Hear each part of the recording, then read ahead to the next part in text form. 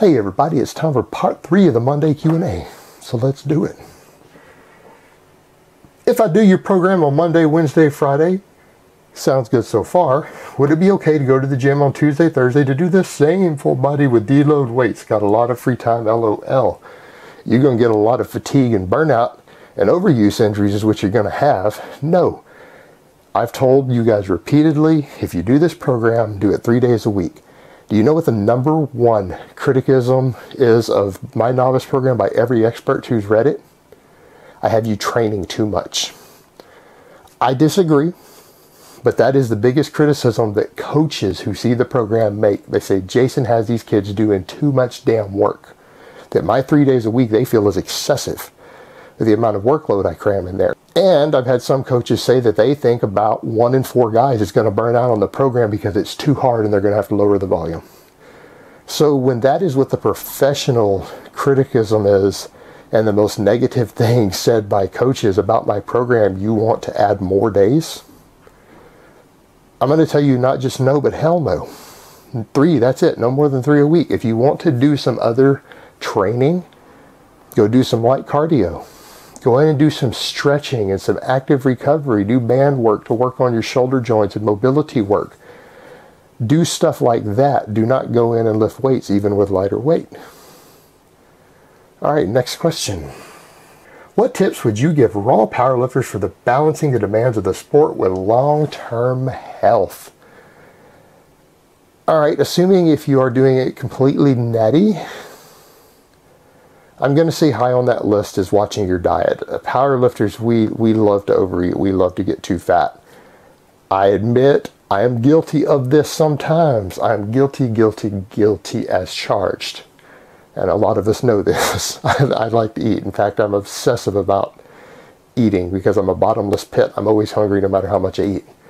So for me, controlling diet is very difficult. But from a health perspective, you really need to do it. If you guys are going to be serious about your long-term health, all this bulking on bacon and giant hamburgers on white bread and just empty calories and large amounts of fat and the stuff that powerlifters like to do, you really need to eat a better, more balanced diet.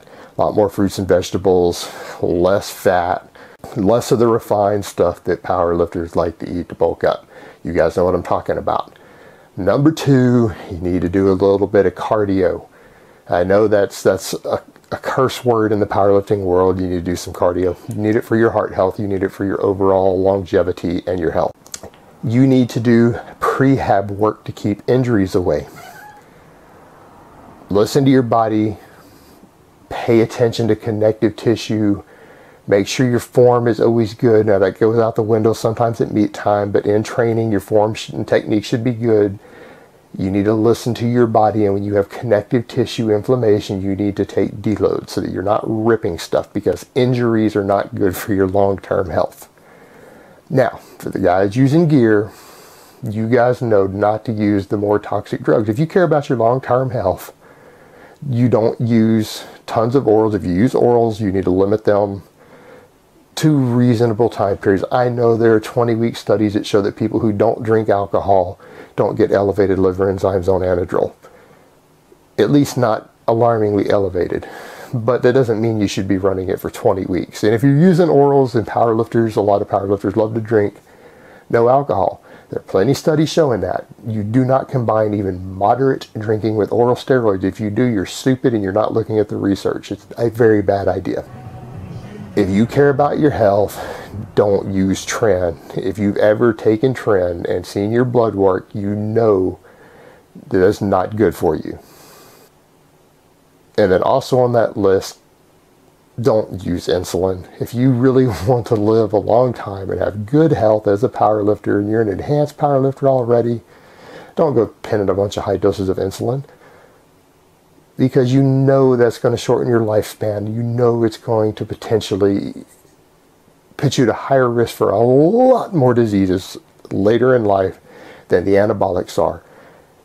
Unless you're planning on being a champion in the 275 or higher class competing at the international level, you have no business pinning insulin.